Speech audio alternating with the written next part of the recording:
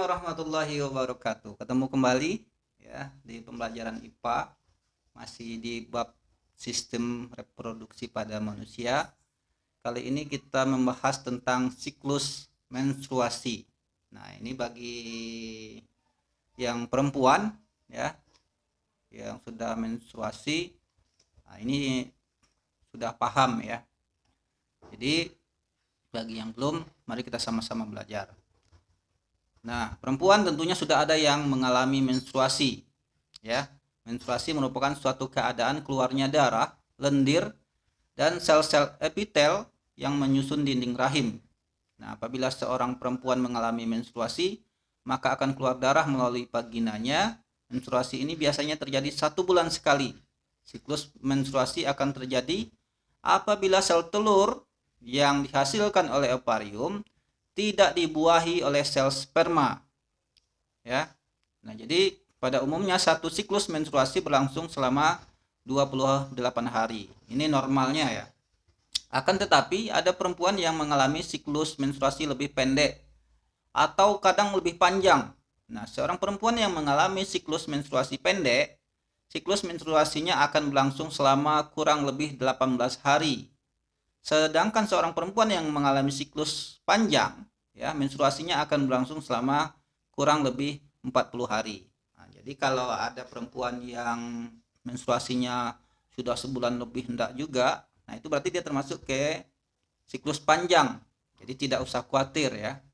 Selama masih kurang lebih 40 hari. Itu masih normal.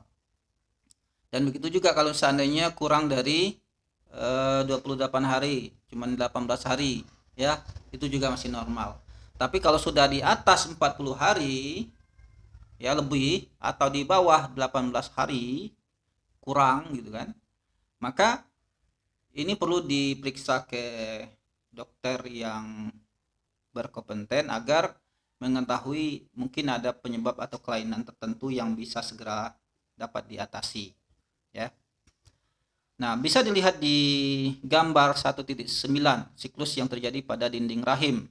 Jadi pada hari 0 sampai 5 hari itu peluruhan ya, masa menstruasinya. Kemudian pada fase proliferasi ya, itu ada pada hari ke-10, hari ke-14 dan ke-15. Itu adalah proses masa subur. Jadi kalau seandainya seorang suami istri ingin memperoleh keturunan, maka masa suburnya itu adalah ketika hari ke-14 dan ke-15. Jadi pada hari ini itu sangat subur ya, dan ovum itu sangat matang ya, sehingga siap untuk dibuahi dan kemungkinan terjadinya hamil itu sangat tinggi. Ketika sudah di atas hari ke 20 ya, maka itu proses atau terjadinya kehamilan itu sudah rendah ya.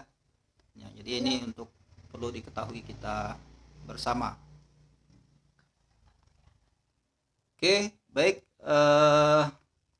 Nah, tahukah bahwa menstruasi itu dapat dibagi menjadi beberapa fase? Nah, itu sudah terlihat di gambar itu ya. Nah, yang mempengaruhi ya pada fase pertama adalah hormon FSH ya, memicu berkembangnya folikel dalam ovarium. Nah, hormon FSH adalah hormon yang dihasilkan oleh kelenjar ya, pituitari atau hipofisis ya. Kelenjar tersebut terletak di otak bagian depan. Pada fase ini dinding rahim luruh dan seorang perempuan mengalami menstruasi. Nah, pada proses perkembangan folikel ada beberapa folikel yang berkembang, namun hanya satu folikel yang dapat terus berkembang tiap bulannya. Pada awal perkembangannya, folikel menghasilkan hormon estrogen dan hormon progesteron. Hormon estrogen dan progesteron ini akan memicu dinding rahim untuk menebal.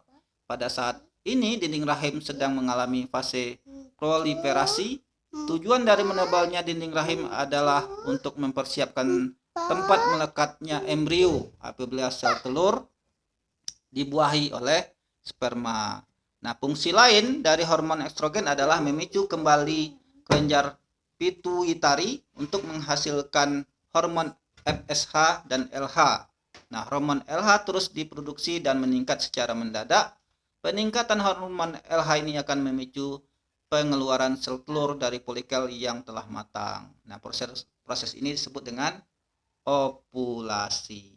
Nah, fase ketiga adalah fase sekretori. Folikel telah melepaskan sel telur akan berubah menjadi corpus luteum. Sel telur yang telah diovulasikan akan ditangkap oleh Fimbriae dan akan bergerak menuju tuba Fallopi. Jika pada saat itu sel telur tidak dibuahi oleh sperma, ya, atau terjadinya fertilisasi, maka akan dikirimkan sinyal tertentu pada corpus luteum untuk tidak memproduksi hormon estrogen dan progesteron lagi. Dengan demikian, ya, pada fase ini jumlah hormon estrogen dan progesteron pada perempuan rendah. Nah, rendahnya hormon estrogen dan progesteron menyebabkan jaringan penyusun dinding rahim rusak dan pembuluh darah yang ada pada dinding rahim pecah sehingga perempuan akan mengalami menstruasi. Oke, demikian untuk penjelasan tentang menstruasi pada perempuan. Terima kasih atas perhatiannya. Assalamualaikum warahmatullahi wabarakatuh.